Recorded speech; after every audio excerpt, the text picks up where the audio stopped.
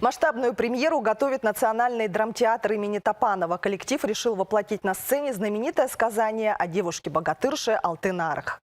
На его реализацию коллектив получил президентский грант – практически 2 миллиона рублей. На эти деньги создадут декорации и костюмы, подберут музыкальное сопровождение. Премьера постановки состоится в конце октября. Но прежде предстоит сложная сценическая работа.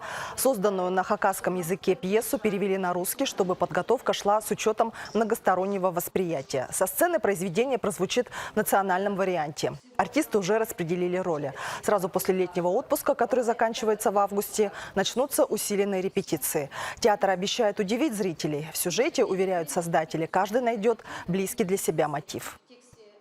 А о том, что, в принципе, людям делить ведь нечего. Почему так? Почему мы воюем? Почему близкие люди становимся врагами? Там есть это. О чем сюжет? О борьбе зла и добра. Что победит? Хотя героиня Алтын Арых погибает, но финал все равно мы верим в то, что есть следом идет сын.